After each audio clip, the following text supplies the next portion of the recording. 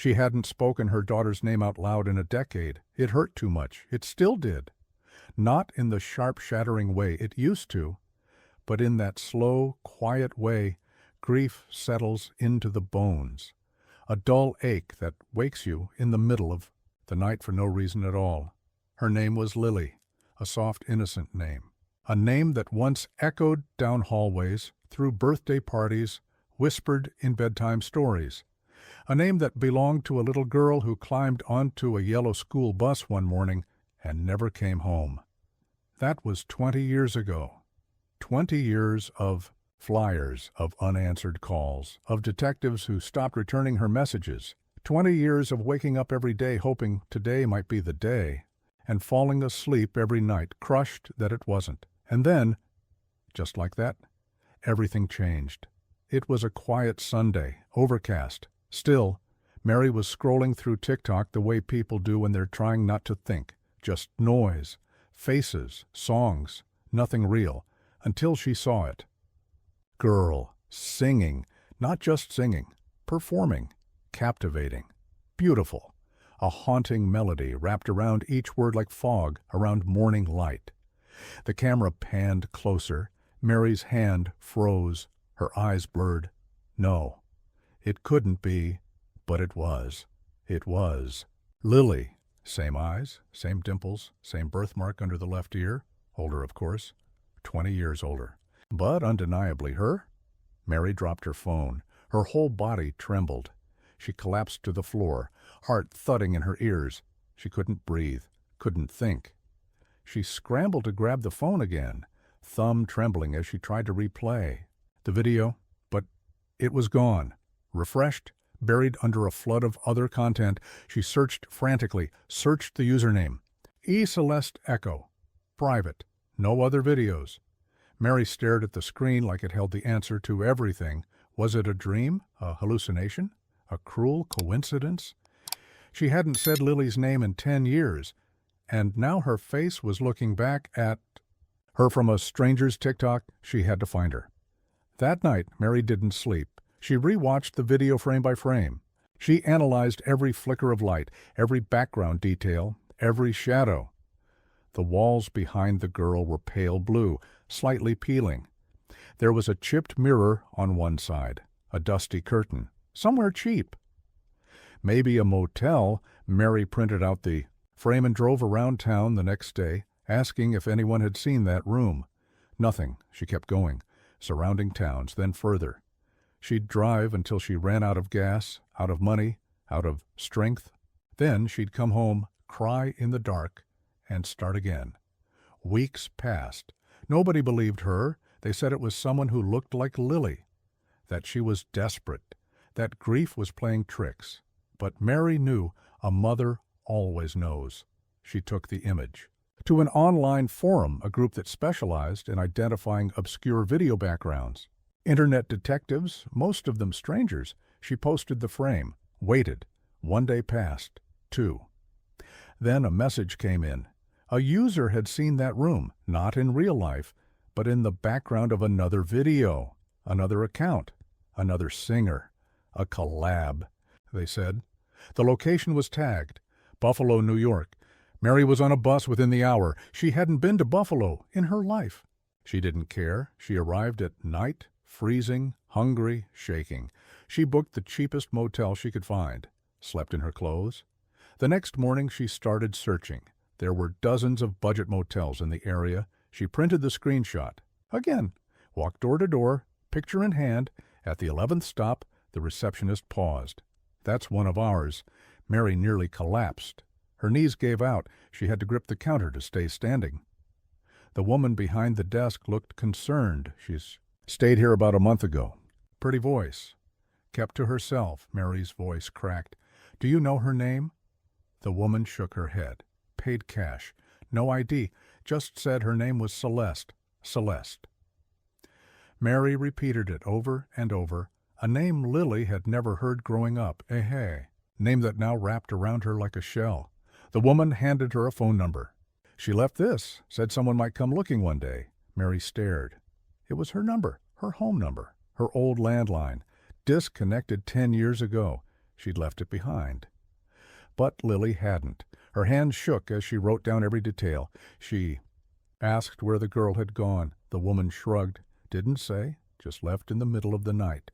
Mary returned to her motel room and collapsed into tears. She didn't know what she was feeling. Hope, fear, the kind of aching that only lives in people who've lost everything and then see a shadow of it again. She needed help. Someone who understood this world. She contacted the forum again, sent everything she had. They found more. Clips, mentions, background voices. One video had a dog barking in the distance. Someone traced the sound to a rescue center on the outskirts of Buffalo. Another showed a coffee cup with a specific logo, Honor, a local cafe that offered open mic nights.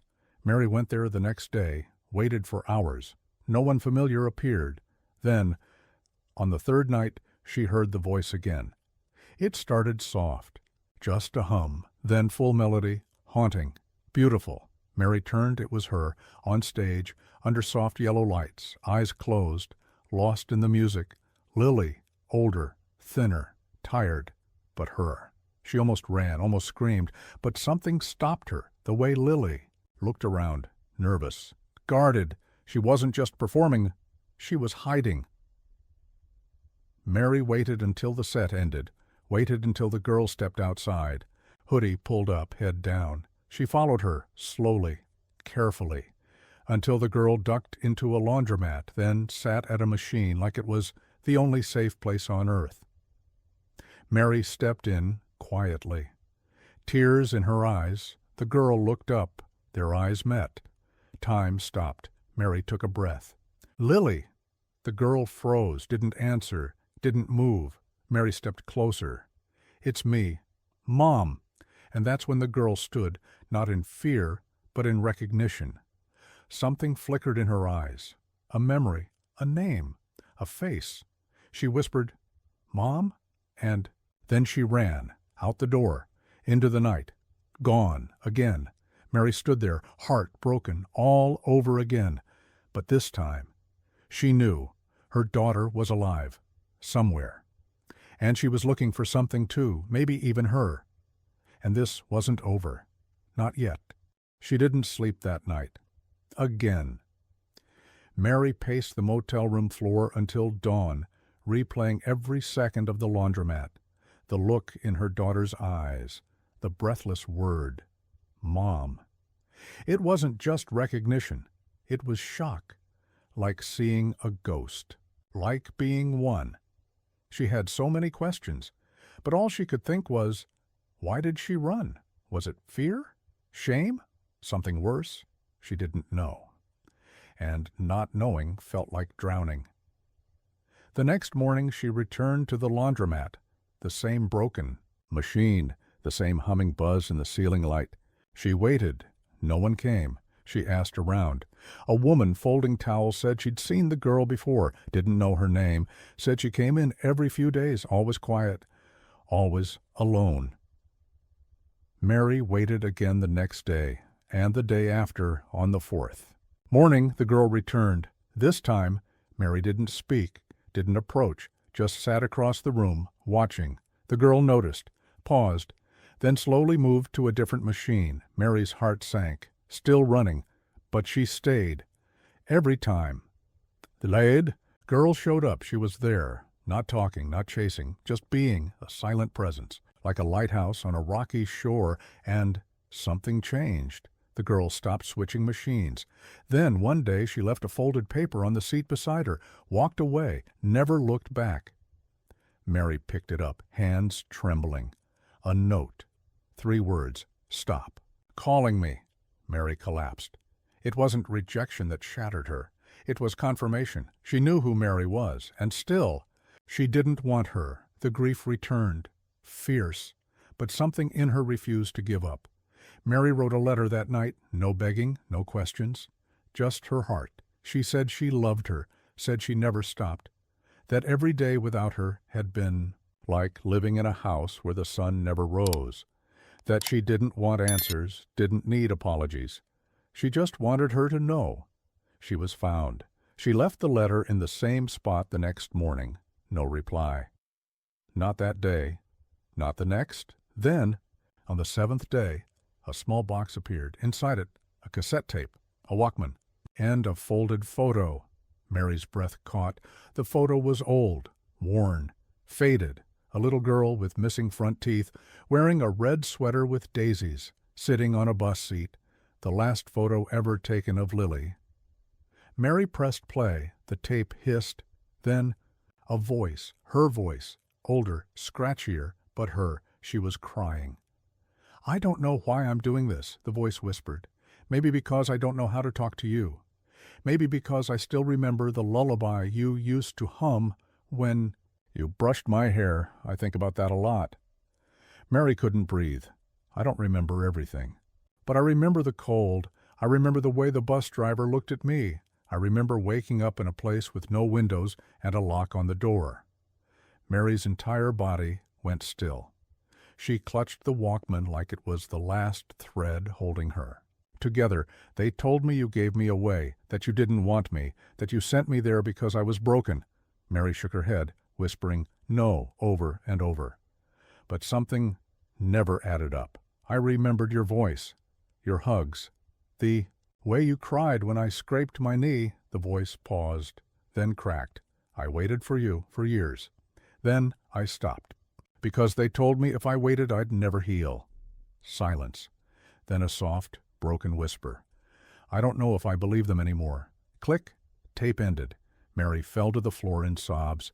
Her daughter hadn't been lost. She had been taken, stolen, fed lies until she stopped believing in love, until she forgot what it felt like to be held. Mary stayed on the floor until her tears dried into salt, until her chest ached from the weight of it. Then she stood, and she began. She dug into records, school bus routes, driver names, retired employees. The man who drove the bus that morning, the last person to see Lily, had never been charged. He'd claimed she never boarded.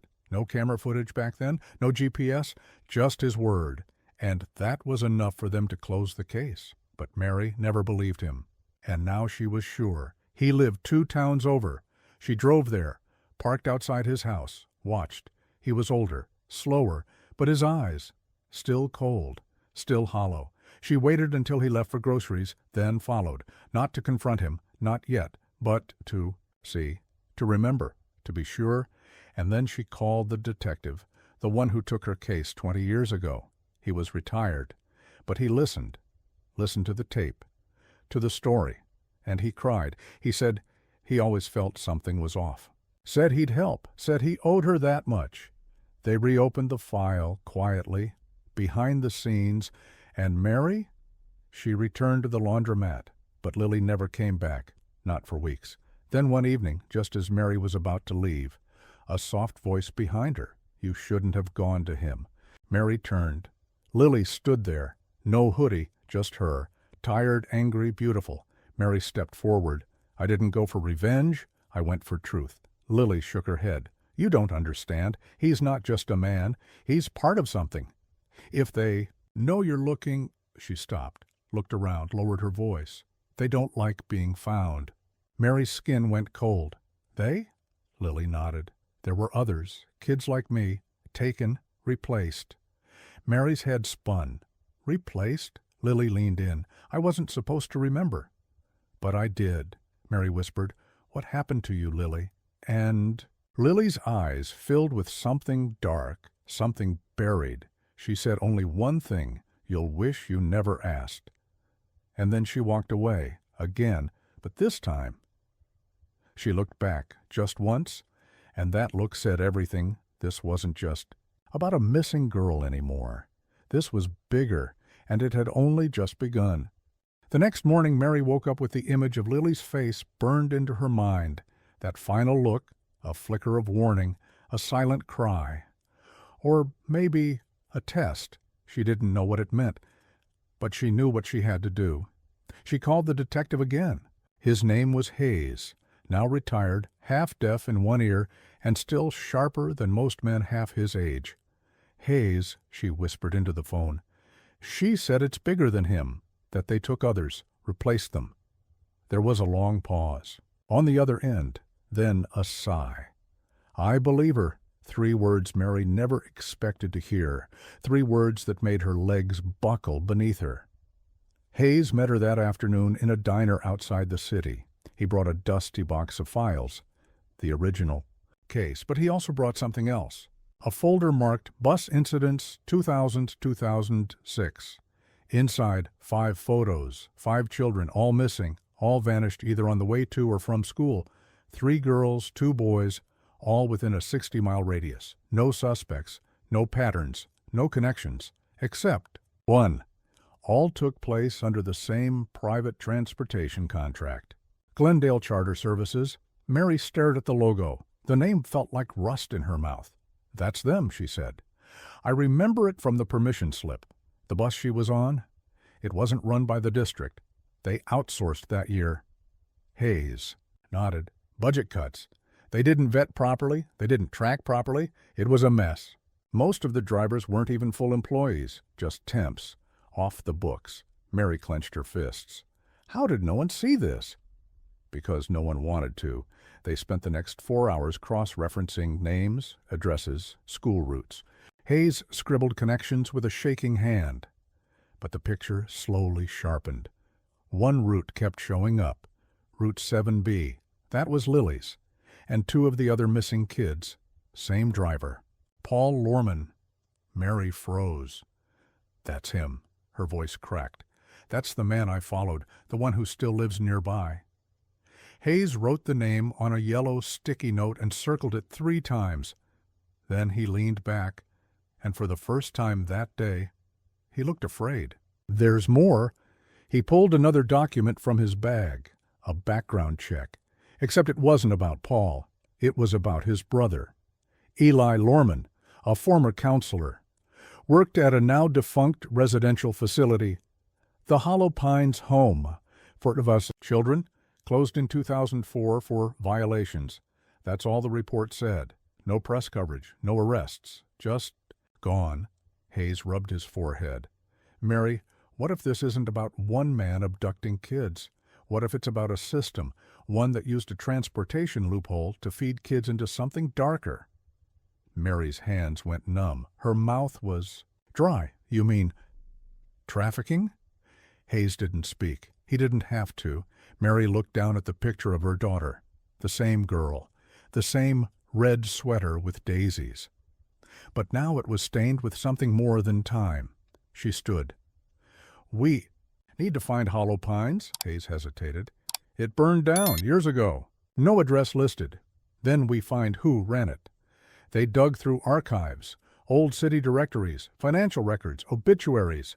It took 4 days. But eventually, a name surfaced, Dr. Calvin Merritt, licensed child psychologist, former director of Hollow Pines, now runs a wellness retreat 2 counties over. For trauma healing and alternative therapies." Mary's stomach turned. Alternative therapy. They drove there on a cold Thursday morning, winding roads, pine forests, fog so thick it swallowed the car. The retreat was a cluster of wooden buildings behind a locked gate, painted signs with words like reconnect, cleanse, transform. Hayes flashed a fake badge. They were allowed inside. Merritt greeted them with a warm smile. Too warm, too rehearsed. Mary's hands curled into fists. "Do you remember?" "A girl named Lily Brenner?" she asked. The man's smile faltered for half a second. Just a flicker. "But enough." "No," he said. "Name doesn't ring a bell. I worked with thousands of children over the years." Hayes nodded. "Well, some of them remember you." Merritt's eyes narrowed. His voice cooled. "If you're accusing me of something, I suggest you leave. This is private property." Mary stepped closer. "I'm not accusing you. I'm telling you she's alive. And she remembers everything." "That did it." His face twitched. A shadow moved behind his eyes. "She shouldn't," he said softly. And then he turned and walked away. They left, but not empty-handed, because in that moment Mary knew. He remembered her. He remembered Lily, and he was afraid. They stayed in a cheap motel that night. Hayes called in favors, quiet ones, off the record, and Mary. She stared at the ceiling, wondering what it had all meant. The tape, the photos, the fear in Merritt's eyes, but most of all, Lily's words. They don't like being found. That phrase echoed until dawn. Then her phone buzzed. No caller ID, no message, just a link. She tapped it. A live stream, TikTok. Her blood turned to ice. The screen lit up. It was Lily, not hiding, not running, singing in a white room with bare walls and one small window. She wore a plain dress, hair loose, eyes blank. The chat was exploding. Wow, she's so talented. Where's this angel from? Who is she? But something felt wrong. So wrong. She wasn't smiling, wasn't blinking. Her voice mechanical, like it had been trained, programmed, and on the corner of the screen, a logo, one Mary had seen once before. Barely visible, Glendale Services. A chill ran through her bones. They were still operating, still watching, still using her daughter, and the world was clapping, unaware. Mary screamed, threw the phone, fell to her knees. It wasn't just a video. It was a prison, disguised as fame, and her daughter was trapped inside it. Mary couldn't breathe. She stared at the broken phone on the floor, shards of glass glinting under the cheap motel lamp. Her reflection looked like someone else. Eyes wide, face pale, mouth frozen in a silent scream. The live stream was over. Gone. Like it had never existed. She scrambled to her laptop. Tried to reopen the link. Nothing. Error 404. She searched Lily's username. Vanished. Searched the hashtag that had trended during the stream. Voice from nowhere. The videos were there. Dozens of them. Clips from the stream. Screen recordings. Fan edits. But all the commenters were clueless. Obsessed with her voice. Her aesthetic. The mystery. No one asked why she looked terrified beneath the surface. No one saw the fear, but Mary saw, because a mother knows. And then she noticed something. A pattern. Every clip, every upload, the background changed slightly. The window. The shadows. The flicker of a light. It was a room, but not the same one. Not just one camera. Different angles. Different settings. It was a network. A setup. Mary pressed her hand to her mouth. Tears spilled over. They were filming her. From multiple rooms. Multiple girls. Maybe not all were Lily. But some had her eyes. Hayes returned from his call, holding a crumpled receipt. I traced a shell account linked to Glendale, he said. It rents servers through a front company in Nevada. But the real traffic, it's bouncing through Europe, Russia, Malaysia, encrypted layers, too much to breach without help. Mary looked at him. Then we get help. No one will touch this. Not officially, not without evidence. We have evidence, she shouted. The live stream, the logos. It's circumstantial. They'll bury it, like before. She went quiet, then stood, her voice low, burning. Then I'll burn them back. The next morning, Mary drove to the Glendale Depot, the one still in operation, a small industrial building on the outskirts of town. Faded logo, empty parking lot, chain fence. She waited until night. Hayes stayed in the car, eyes scanning the road. Police scanner crackling low. Mary slipped through the gap in the fence, heart pounding. The door was unlocked. Inside, dust, oil, old records stacked in boxes. A calendar from 2009 still hung on the wall. She moved slowly, quietly. Every creak felt like a scream. Then she found it. A back room, metal cabinet, padlocked. She forced it open with a tire iron. Inside, files, photos, driver applications, and then a set of DVDs, unlabeled, just numbered. She grabbed them all, but before she could turn, a voice behind her. You shouldn't be here. Mary froze, turned. It was him, Paul Lorman, older, heavier, but still the same cold eyes. He smiled. Looking for something? Mary backed away, clutching the discs to her chest. You know what you did. Paul stepped closer. I drove a bus, that's all. I took them where I was told. To who? He tilted his head. You think I ever saw their faces again? shrugged.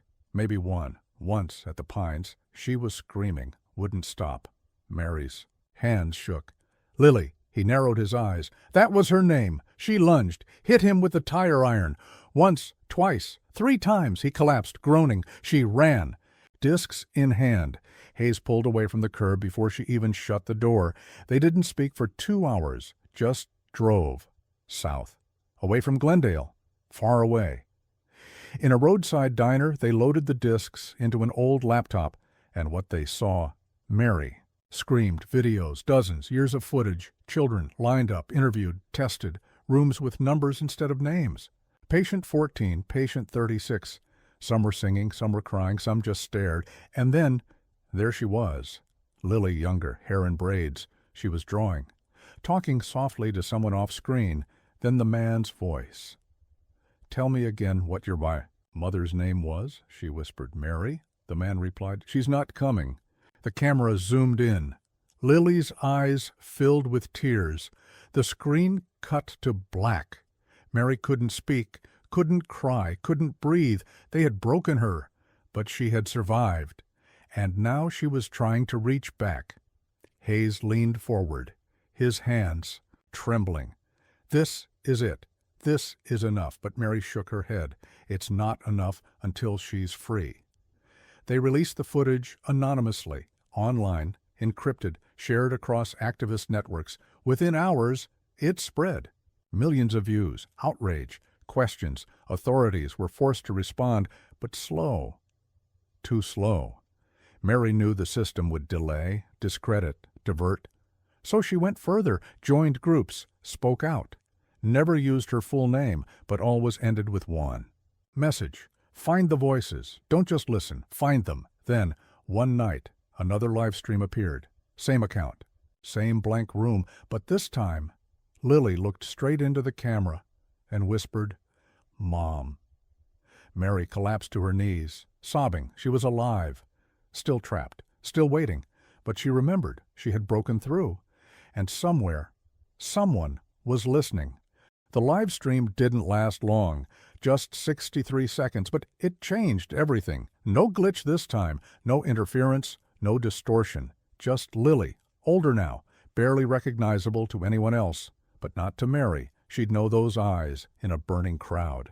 That voice in a hurricane. She wore a gray sweatshirt, hair loose around her shoulders. The room was dim, bare, with a single bulb swaying slightly above her. She looked directly at the lens. Mom, she whispered. One word, one plea, and then the screen went black. Mary's scream never fully left her throat. She stumbled backward from the screen. Hayes caught her before she hit the floor. She's alive, she said. Barely a whisper, barely a breath. I don't know where she is, but she's in there. She's inside that system. Hayes didn't argue. He'd seen enough. He'd believed halfway through part 3. But now there was no denying it. He went quiet for a long time. Then he said, There's one last place we haven't looked. The old Pines Institute. It had been shut down a decade ago after allegations of mistreatment. Nothing ever proven, just rumors, whispers. Most people believed it was abandoned. Mary had driven past it 3 times over the years, once on Lily's birthday, once after court, once just because she couldn't help herself. Each time she'd felt it, a pull, like a thread twisting under her ribs. Hayes pulled strings, used old contacts. The place had changed ownership. Private developer. No. Records of sale. Locked up, patrolled once a week by a hired guard. They went at night, dressed in black. He brought tools. She brought a photo of Lily. It was cold. Wind bit at their faces. The trees hissed like they knew something. The building looked like a tomb. Vines growing over cracked brick. A rusted fence leaning to one side. Broken windows like empty eyes. They broke in through the rear annex. A door that had been sealed with only a flimsy chain. Inside, the air smelled like mildew and metal. Their flashlight swept over dusty beds, broken tiles, forgotten wheelchairs. But there was something else. Fresh footprints, small ones. Not boots, not adult shoes, bare feet. Mary's hands shook. She followed them down a hallway. each step heavier. Then the last, and then a door, newer, steel, padlocked. Hayes pulled out bolt cutters. "Help me," he whispered. The lock dropped to the ground with a dead clang. They opened the door.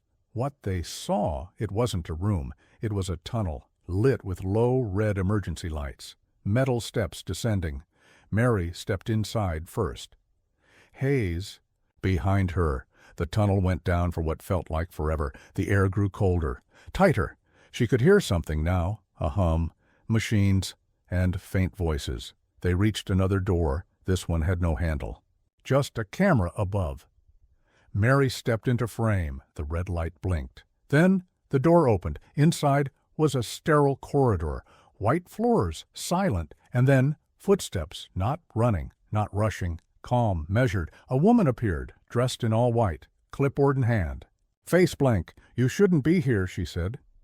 Mary stepped forward. "I'm here for my daughter. There are no children here. She's 27 now, but you took her when she was 7. The woman didn't blink. "You'll need to leave. Now." Mary reached into her pocket, pulled out the photo, held it up. The woman's face twitched, barely, but it was enough. "Where is she?" Mary said, her voice shaking. The woman looked down the hallway, then whispered, "Room 12. Mary didn't wait. She ran. Doors blurred past. Hayes tried to keep up. At room 12 she stopped, chest heaving, fists clenched. The door was locked, but there was a window. She looked in and saw her. Lily, sitting on the floor, legs crossed, head bowed, her lips moved, whispering a song to herself. Mary pounded the glass. "Lily!" The girl looked up, eyes met. For a second, nothing. Then, recognition. She shot to her feet, ran to the door, hands on the glass. "Mom?" Mary sobbed. "Yes, baby, it's me. I'm here." But the door didn't open. Hayes arrived, started yanking at the panel. "This is magnetic. I need power access." Then the siren started. Red lights blared. Walls pulsed with warning. The building had awakened. Mary turned back to the window. "Don't move! We're getting you out!" Lily nodded, tears falling down her face. Behind her, figures moved. Guards, doctors, someone with a needle. Mary screamed, "Hayes!" Found the breaker panel down the hall. One by one, he flipped them. Each spark a gamble. Until the magnetic lock clicked. Mary rushed in, grabbed Lily, held her like she had never held anything in her life. Lily sobbed into her chest. "Mom, I thought you were dead," Mary whispered. "I thought you were." Hayes shouted from the hall, "We have to go!" They ran, through the red light, through the alarms, through the tunnel, through everything they had buried for 20 years. They didn't stop until dawn. By the time they made it to a safe house in a neighboring state, Lily was asleep in Mary's arms, a child again, if only for a moment. Weeks passed. The Institute was raided, what they found there. It made headlines for days, but then it faded. People forget. They always do. The footage remained, the story twisted. Some called it a conspiracy. Some said Lily was a paid actor. Some said Mary was crazy, but she didn't care. She had her daughter. Lily didn't speak for the first week. Then one day she sang the same song from the TikTok stream, and Mary just listened, eyes closed, hands clutching hers. But sometimes, at night, Lily would sit at the window, staring at the moon, and whisper, "Some of the others are still in there." Mary would nod, stroke her hair, and promise, "We'll find them." Because this story wasn't over, not even close.